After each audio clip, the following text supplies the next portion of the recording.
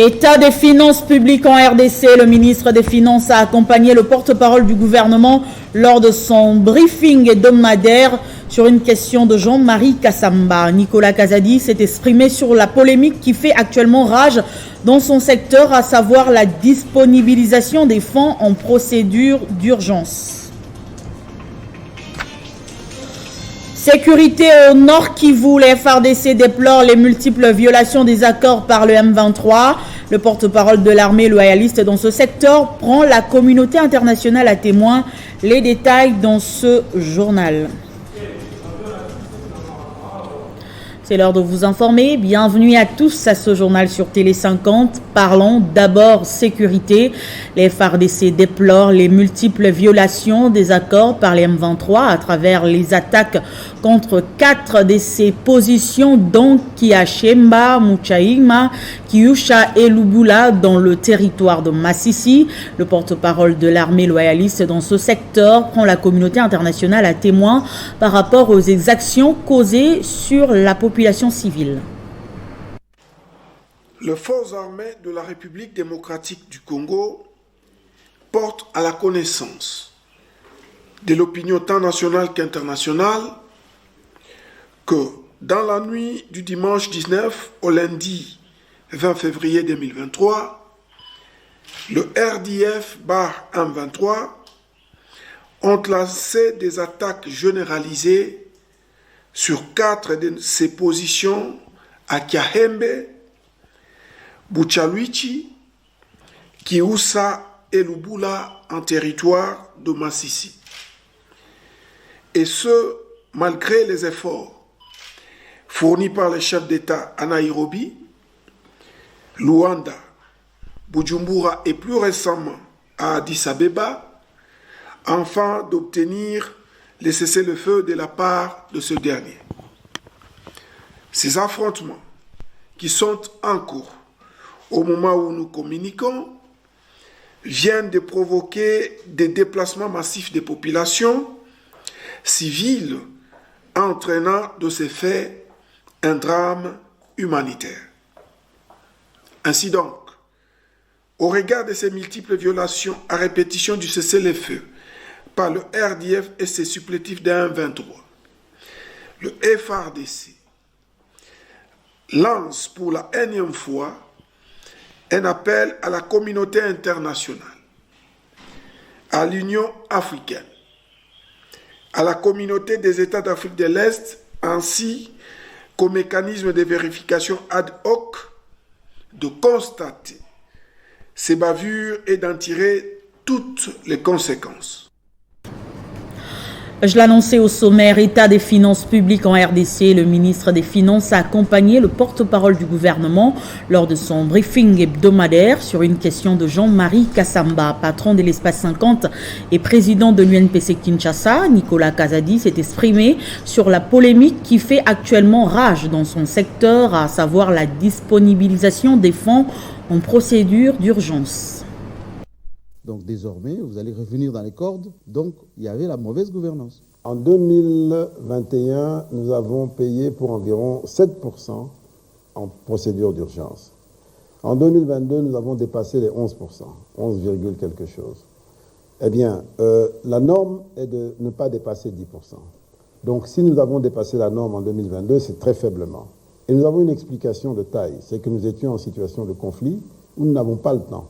Dès que les demandes arrivent, nous n'avons pas le temps de faire la procédure. Et nous le faisons directement, en procédure d'urgence. Donc, c'est ça. Mais il n'empêche que, comme nous sommes ambitieux et nous voulons être vraiment dans les normes, nous avons comme objectif de continuer de baisser la procédure d'urgence parce que c'est ça qui correspond à un bon fonctionnement de ce qu'on appelle la chaîne de la dépense. Et donc, c'est pour ça que nous avons le devoir de rappeler, pour que les gens fassent plus attention, pour que les membres du gouvernement et les institutions qui font des demandes comprennent et qu'elles nous aident en se conformant davantage à la procédure budgétaire, et pour aussi que le ministère en charge du budget s'assure de la diligence qu'il faut pour que les paiements arrivent à temps. Tout ça, c'est un effort collectif, mais ce n'est jamais facile. Regardez l'incident qu'il y a eu dernièrement avec un paiement qui a défrayé la chronique pour les $100 000. Eh bien, lorsque nous avions déjà pris la décision de ne plus payer nos athlètes en cash. Mais lorsqu'une demande vient avec autant de pression, elle est passée par le ministère du Budget qui nous a demandé de le faire. Et nous l'avons fait. Je n'étais pas là, ma collègue l'a fait, mais nous sommes solidaires. Elle l'a fait, alors que nous-mêmes, le même ministère avait déjà demandé qu'on le fasse désormais par voie bancaire. C'est des choses qui peuvent arriver. Prenons ce dossier de la rédaction au sujet de l'enquête de l'Inspection générale des finances sur le contrat chinois. Quelques jours après la publication des enquêtes, des questions et des contradictions créent un intense débat au sein de l'opinion. La RDC a gagné ou a perdu. Nous avons interrogé l'histoire et toutes les parties impliquées dans ce dossier. Silencieuse depuis quelques mois, l'Inspection générale des finances, qui a pour habitude d'œuvrer en compagnie de la clameur publique, a failli jeter en pâture l'image de l'un des rares partenariats gagnant-gagnant connus historiquement dans le pays. Imprudemment, la démarche a comporté des failles, faisant croire à une manipulation ou encore des pressions internes ou externes, visant à tourner coûte que coûte la page de la coopération sino-congolaise. La partie chinoise que nous avons contactée a fait savoir à notre rédaction que l'Inspection générale des finances laissait deux choix à la sino-congolaise des mines. Pour commencer, tout d'abord la présentant comme une entreprise non légalement établie avant de se raviser et de lancer une campagne de révisitation du contrat. Leur réaction ne s'est pas fait attendre. Aussitôt, le porte-parole de l'ambassade de Chine en RDC et la cellule de communication de la SICOMINE ont consécutivement affirmé leur regret de constater que le rapport, dont le contenu est plein des préjugés, ne correspond pas à la réalité et ne peut pas être considéré comme crédible et n'a pas de valeur constructive. Avant d'ajouter que la Chine défendra fermement les droits et intérêts légitimes des entreprises chinoises et riposter résolument à toute violation des droits et intérêts légitimes des entreprises chinoises. Malgré toute sa bonne foi, la RDC, qui a toujours voulu entretenir des liens d'amitié gagnant-gagnant avec l'Occident, s'est vue souvent imposer des conditions, des menaces sur sa gestion interne, voire des sanctions, rappelant à peu près l'époque coloniale. En échange, des promesses, encore et encore, sans un réel impact contrairement à la coopération sino-congolaise, et ce, depuis l'indépendance du pays. Du Palais du Peuple au Stade des Martyrs, en passant par le nouveau boulevard du 30 juin, s'il ne faut parler que de la capitale Kinshasa, il n'y a aucune infrastructure à la hauteur de celle fournie par le partenaire chinois après coopération. Faudrait-il cracher sur le seul partenariat rentable que le pays ait connu ou harmoniser les vues pour continuer à faire bénéficier la population de ses ressources naturelles? La question est sur toutes les lèvres en ce moment. Processus électoral, le député national élu du territoire de Massissi demande à la Commission électorale nationale indépendante de revoir sa feuille de route compte tenu de la situation sécuritaire dans le Nord Kivu. Ayobagira Safiri l'a fait savoir ce lundi à Goma lors d'une conférence de presse qu'il a animée. Pacheco Kavundama signe ce reportage. Au cours de cette conférence de presse, le député national Ayobagira Safari a abordé plusieurs sujets d'actualité de l'heure. Parlant d'abord du processus électoral, cet élu du territoire de Massissi demande à la CENI de revoir sa feuille de route vu la situation sécuritaire que traverse le Nord Kivu. La proposition que la CENI a faite, c'est que dans chaque camp de déplacés, il va essayer d'y appliquer des machines qui sont paramétrées sur le groupement d'origine de ces déplacés-là. Et nous pensons qu'à ce niveau-là, c'est une solution qu'on peut dire c'est une solution qui est partielle. Pourquoi? Parce que nous prenons le cas de Kichanga. Si on va au niveau de Boulembo, effectivement, il y a des déplacés de Kichanga. Ceux-là qui pourront avoir la chance d'accéder à cette machine qui est programmée pour Kichanga, ils pourront s'enrôler là-bas. Mais qu'en est-il des gens qui sont réfugiés dans la base de la MONUSCO? Sur l'occupation de plusieurs villages par la rébellion du M23, Ayobagira Safari demande aux rebelles de revenir à la raison et au gouvernement de ne pas compter sur l'étranger. Nous avons malheureusement des compatriotes qui sont égarés au sein du M23, qui je pense pour eux, ils doivent savoir que leur problème ne peut être résolu qu'au Congo. Donc comme j'ai dit, à des problèmes congolais, ce sont des solutions congolaises. Ceux qui pensent qu'ils pourront faire appel à des pays étrangers pour régler leurs problèmes, ça ne marchera pas. Au niveau aussi du gouvernement, nous devons être aussi essayer de ne pas trop nous remettre entre les mains de la communauté internationale. Parce qu'au sein de cette communauté internationale, Il y a beaucoup de pays qui n'ont pas intérêt à ce qu'il y ait la stabilité dans ces pays. Présidentielle de décembre 2023, le rassemblement des jeunes leaders fascistes parrainé par la gouverneure du Lualaba, Fifi Masuka, a payé la caution de $100,000 américains pour Félix Tshisekedi, estimant que le chef de l'État a en 4 ans beaucoup de réalisations à son actif, et c'était avant de louer le travail abattu au Lualaba par celle qu'il considère comme la meilleure élève du président de la République. Au cours de cette grande rencontre de membres du regroupement des jeunes leaders fascistes, une organisation parrainée par Fifi Masuka Saini, gouverneur du Lualaba, il était avant tout question de faire le bilan des jeunes qui ont été promis par le chef de l'État, Félix Antoine Tshisekedi Tshilombo, qui dans sa politique accorde une importance capitale à la jeunesse. Selon Faustin Ika Ilupu, président du RJLF, les jeunes ont aujourd'hui pris conscience du rôle qu'ils doivent jouer dans la société congolaise grâce à l'impulsion du président de la République. En guise de reconnaissance, le regroupement des jeunes leaders fascistes a décidé de payer la caution du candidat Tshisekedi à la CENI. Faustin Ika Ilupu a remis sur le champ aux représentants de la jeunesse un chèque de $100,000 américains. Et ce qui nous a motivés, la jeunesse étudie, aujourd'hui la jeunesse s'épanouit, la jeunesse, c'est grâce à Félix Antoine Tshisekedi Tshilombo, chef de l'État. Aujourd'hui nous avons compris, il a donné la chance aux plusieurs jeunes.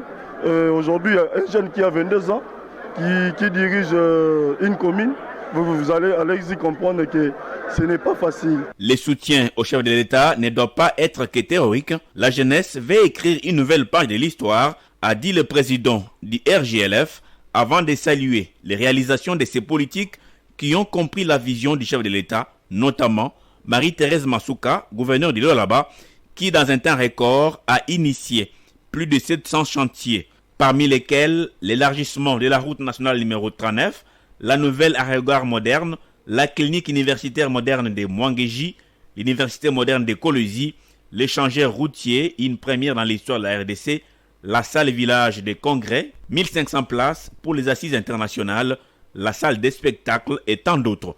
Pour la meilleure élève de Tshisekedi, cette année est consacrée à la série des inaugurations des grands ouvrages d'intérêt public. Enrôlement au Lualaba, les différents leaders d'opinion multiplient la sensibilisation pour la réussite de cette opération. Hier dimanche, les membres de l'association sans but lucratif Mafikiri ont rempli les rues de la ville de Kolwezi pour aller se faire enrôler ensemble avec leur présidente nationale Cynthia Ntumba. Les membres de l'association sans but lucratif Mafikiri de Cynthia Ntumba ont inondé quelques avenues de la ville de Kolwezi ce dimanche 19 février 2023, avec comme objectif de sensibiliser les Lualabais et Lualabaises à se faire enrôler. Cette marche dénommée Safari a commencé de l'avenue Ungongandu, en passant par du 30 juin, rond-point de l'indépendance, LDK, Mwangeji, jusqu'au centre d'enrôlement de l'EPK Maliola. Après avoir accompli son devoir civique, Cynthia Ntumba, dit Mama Simba, sortit de la salle avec sa carte à la main, tout en motivant cette randonnée à ses terres. Premièrement, tel que vous le constaterez, on n'avait pas voulu commencer par nous enrôler.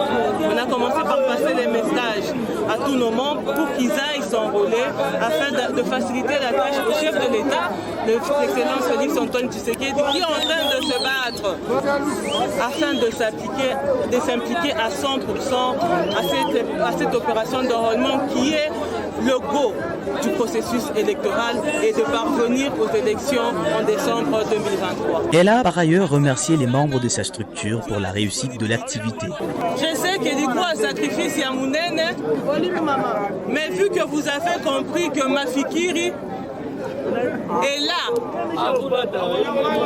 pour l'éducation de la citoyenneté, Mounassé Manachi et tous les citoyens congolais, il faut tout aider. Déterminé à accompagner le chef de l'État, Félix Antoine Tshisekedi Tshilombo, l'ASBL Mafikiri s'est dans le devoir de continuer la sensibilisation à l'enrôlement. Après cette étape, d'autres actions sont prévues. L'opération d'enrôlement des électeurs se poursuit dans la province du Haut-Ouélé. Le gouverneur de province, Christophe Basséan Nanga, qui mise sur un triplement du nombre d'enrôlés, a entamé la sensibilisation de la population avec la première étape qui est le territoire de Wamba.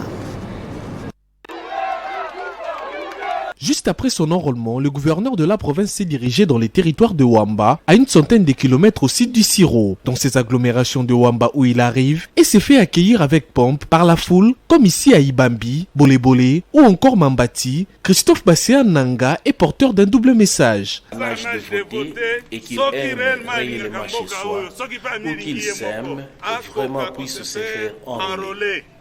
Dites aux autres d'obtenir leur carte et à travers toute la province du Haut-Uélé, personne ne puisse manquer sa carte du fait que le défi qui est devant nous est énorme.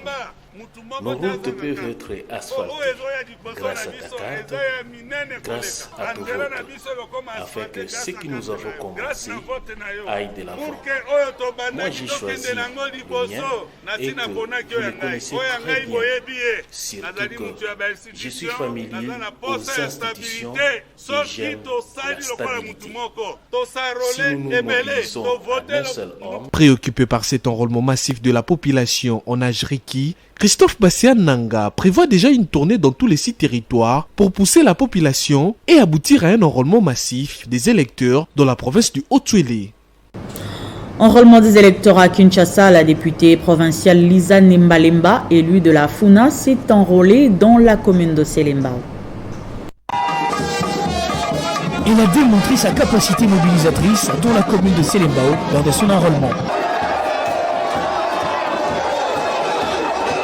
Elle, c'est Lisa Nembalemba, députée provinciale de la ville de Kinshasa, meilleure élue du district de la Funa aux élections de 2018 et actuelle ministre provinciale de la Santé.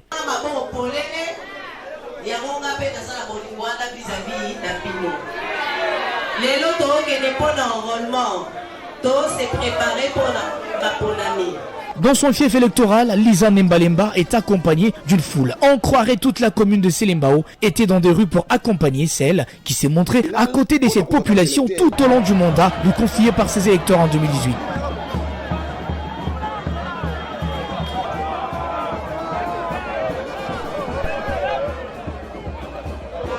Chant d'allégresse, cri de joie en l'honneur de Lisa Nembalemba. C'est au bureau de Sénis, étude 2, dans l'enceinte de la maison communale de Selembao, que Lisa Nembalemba s'est fait enrôler. Je suis venue pour remplir un devoir civique, je suis venue me faire enrôler et j'ai vraiment apprécié la présence des membres de ma fondation qui sont venus m'accompagner. Merci du fond du cœur. Ça va nous permettre de pouvoir faire un choix en temps opportun au moment des élections et ça nous permet, en tant que Congolais, de remplir un devoir civique. D'où l'invitation à tous ces électeurs de suivre le pas en s'enrôlant massivement pour préparer les élections prochaines. Autre chose à présent, la ministre de la Formation professionnelle et métiers, Antoinette Kipoulou, séjourne dans la province du Kwilu depuis le week-end dernier, où elle va procéder au lancement des travaux de construction de plusieurs centres de formation. C'est un accueil triomphal qu'a reçu le week-end la ministre de la Formation professionnelle et métiers, Antoinette Kipoulou.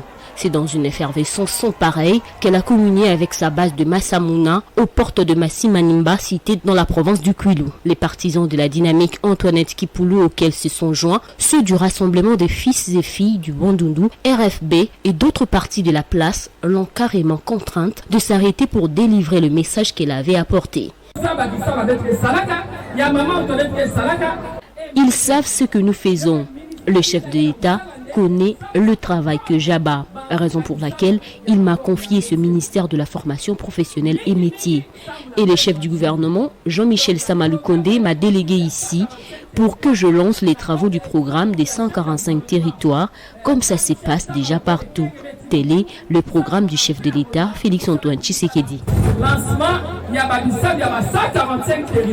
Après le mot de bienvenue de la présidente du RFB et celui du président de Jeunes, Antoinette Kipoulou Kabenga a révélé les raisons de sa présence. L'obtention de sa carte de lecteur et le lancement des travaux de construction des centres de formation professionnelle dans le cadre de la mise en œuvre du programme de développement local des 145 territoires. Après Massamouna, elle a fait jonction avec la population de Massimanimba venue l'accueillir aussi. Ensemble, ils ont parcouru près de 10 km de marche sous des chants et des slogans de soutien. La ministre de la Formation professionnelle et métiers prévoit d'organiser plusieurs activités, dont une cérémonie d'échange de vœux avec les officiels et les autres couches de la population de Massimanimba. La compagnie d'aviation nationale Congo Airways reprend ses activités de desservir le pays comme avant, malgré certaines difficultés. Ce lundi, la direction générale a reçu les encouragements du ministre AI des Transports, Voies de communication et désenclavement, Marc Ekila, qui tenait à s'imprégner également des difficultés que connaît cette entreprise publique, promet de poursuivre avec son plaidoyer au niveau de la hiérarchie au profit de Congo Airways. Au cours de cette séance de travail intervenue au siège de Congo Airways, le ministre AI des TVCD est venu encourager cette entreprise publique 2 jours après la remise de ses activités. Devant les agents et cadres, Marc Ekila a tenu à s'imprégner des problèmes qui menacent la stabilité de cette entreprise publique. En ce qui concerne le domaine des sûretés, Congo Airways offre de garanties d'une navigation aérienne sécurisée. Pour le DGAI de Congo Airways, Jean-Claude Moubenga, il faut pérenniser les acquis et proposer un diagnostic interne en vue de trouver des solutions durables. J'ai décidé de venir ici pour vous dire de ne pas baisser les bras, de continuer à vous sacrifier davantage. Je sais déjà que vos sacrifices sont énormes, j'en ai toutes les informations. Nous devons redorer le blason de Congo Airways. Plus tôt dans la journée de ce même lundi au siège des AAC, Marc Ekila a présidé une réunion d'évaluation des résultats obtenus par la RDC lors de la deuxième phase de l'audit. Des résultats encourageants mais susceptibles d'être améliorés selon les ministres visiblement pas satisfaits. En présence des cadres de l'AAC, de la Metelsat, du BPA et de la RVA, Marc Ekila a recommandé à la régie des voies aériennes de fournir des éléments complémentaires aux auditeurs internationaux dans un délai de 5 jours maximum avant que les transports ne soient formellement renvoyés à la RDC. L'un des 2 domaines où la RDC a enregistré un score peu convaincu concerne la navigation aérienne. Encore un saut en province, 3 bornes fontaines pour desservir en eau potable les sinistrés de Mouchonezo en territoire de Calais et au Nord Kivu ont été remises officiellement aux concernés. Ces bornes fontaines sont l'œuvre de Balumisa Katala Francis, cadre de l'UDPS Tshisekedi et fils du terroir. Jadis victime de catastrophes naturelles de Bouchouchou en 2015, ces 367 sinistrés regroupés dans 49 ménages ont passé des années sans eau potable jusqu'à ce que ce problème soit pris à bras-le-corps par la dynamique Balumisa Katala Francis. Le slogan de notre président, cher Félix Tshisekedi, c'est d'abord le peuple d'abord. Et c'est dans cette optique que la dynamique Balumisa Katala a répondu favorablement en érigeant 3 bornes fontaines pour cette population. Avant la construction de ces infrastructures, les bénéficiaires faisaient face à plusieurs difficultés. Quoi de plus normal que de remercier les bienfaiteurs? Les gens sont nombreux à Calais. Il s'est posé le problème d'accès à l'eau potable. Pour s'approvisionner en cette denrée, il fallait se réveiller à 3 heures du matin. Je manque quoi dire. Merci à Katala de nous avoir donné cette eau. Nos femmes étaient violées quand ils allaient chercher de l'eau. Cette initiative de Francis vient carrément éliminer les cas de viol. Rappelons que la construction de ces bornes fontaines s'ajoute à plusieurs autres actions de développement déjà posées par ces cadres du parti présidentiel. C'est entre autres la construction des ponts sur la rivière Tibira et Bongea, ainsi que la distribution des matelas à l'hôpital Chigoma et au centre de santé Tibira. Et de son côté, le député national Patrick Mouniomo a remis à travers sa fondation ce lundi à Goma un bus tout neuf à la Ligue des jeunes de l'Alliance des forces démocratiques du Congo, Fédération du Nord Kivu. Ces véhicules facilitera la mobilité des jeunes en cette période où ils doivent circuler pour sensibiliser la population du Nord Kivu à l'enrôlement. Il s'agit d'un véhicule de marque noire nouveau modèle donné à la Ligue des jeunes de l'Alliance des forces démocratiques du Congo, Fédération du Nord Kivu, par le député national Patrick Mouniomo. Ce sont les membres de sa fondation qui ont remis la clé de contact ainsi que tous les documents de bord aux bénéficiaires pour faciliter leur mobilité. L'AFDC étant un grand parti en RDC, c'est un parti qui veut conquérir le pouvoir, qui veut conserver le pouvoir le plus longtemps possible.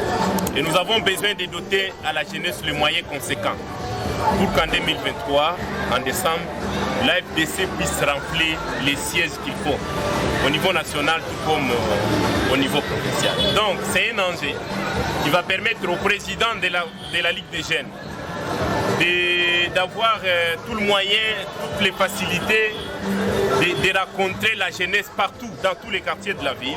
Le président de la Ligue des jeunes de l'AFDC Nord Kivu, Jacques Moutabazi, a remercié le député national Patrick Mounyomo pour ce geste. L'honorable Patrick Mounyomo, c'est le premier député que nous venons de voir ici au Nord. Dans les partis, depuis que le parti existe ici au Nord. Il a toujours été proche à la jeunesse depuis qu'il a été mandaté comme député national. Le président fédéral de l'AFDC, le professeur Kinyata Ruremecha, a invité les autres députés de suivre l'exemple de Patrick Mounyomo, qui ne cesse de doter le parti du président du Sénat, Bahati Lukwebo, de plusieurs biens de valeur. Pour rappel, il y a quelques jours, Patrick Mounyomo avait remis un autre bus au parti, mais cette fois-ci à la fédération provinciale.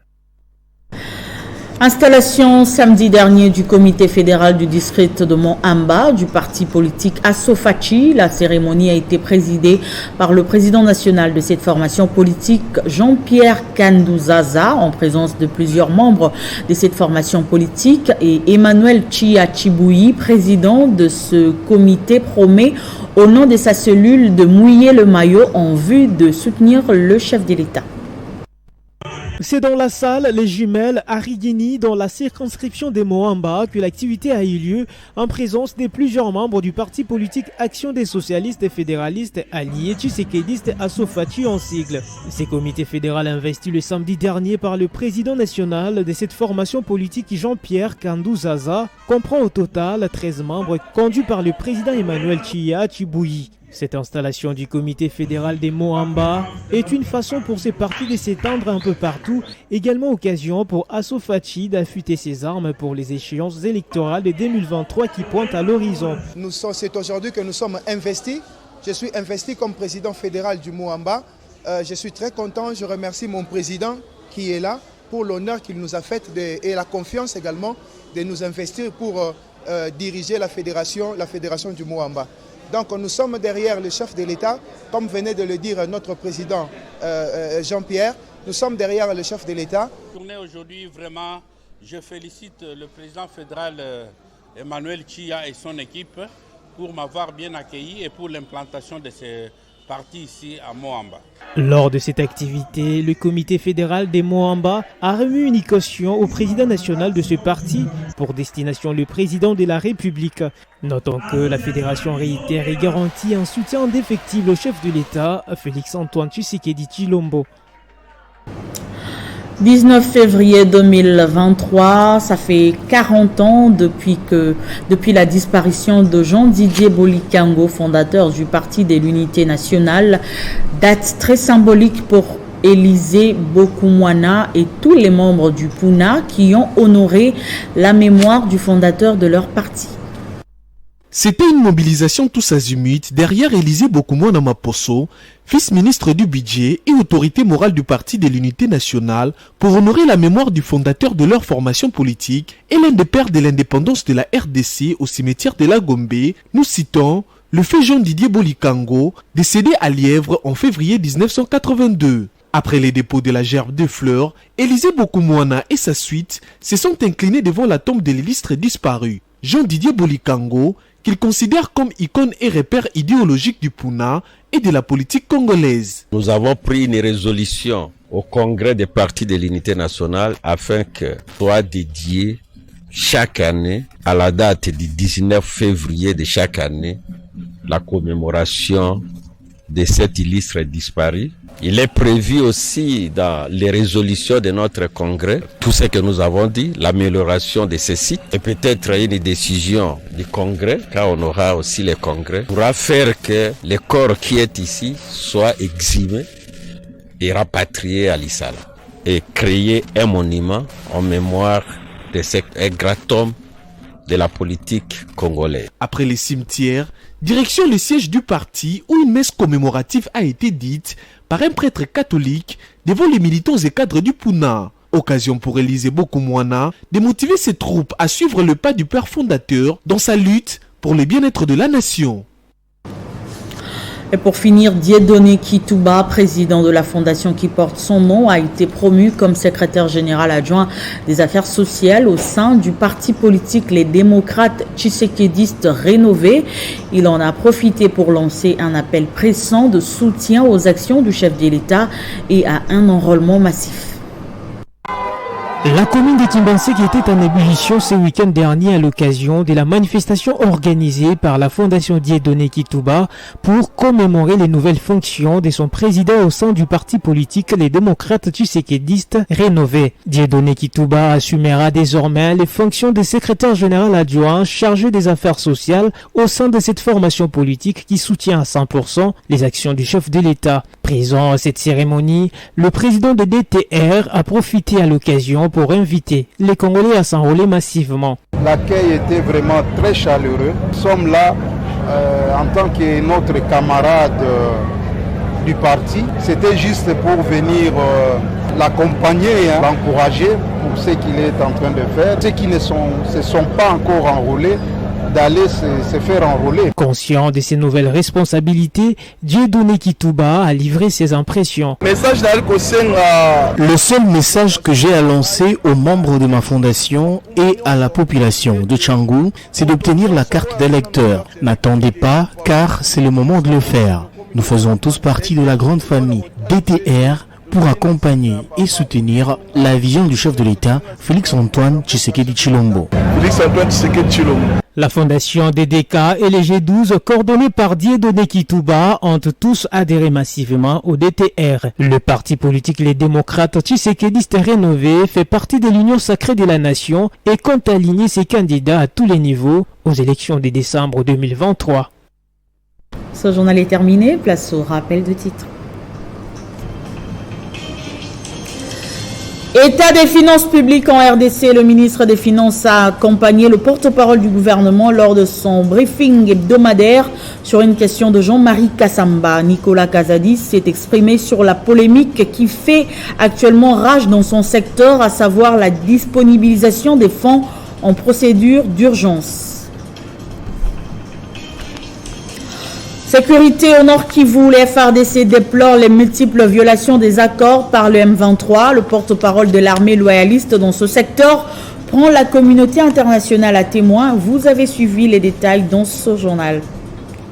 Voilà, c'était l'essentiel de l'actualité. Merci de rester fidèle au programme de Télé 50. Je vous retrouve très prochainement avec le même plaisir.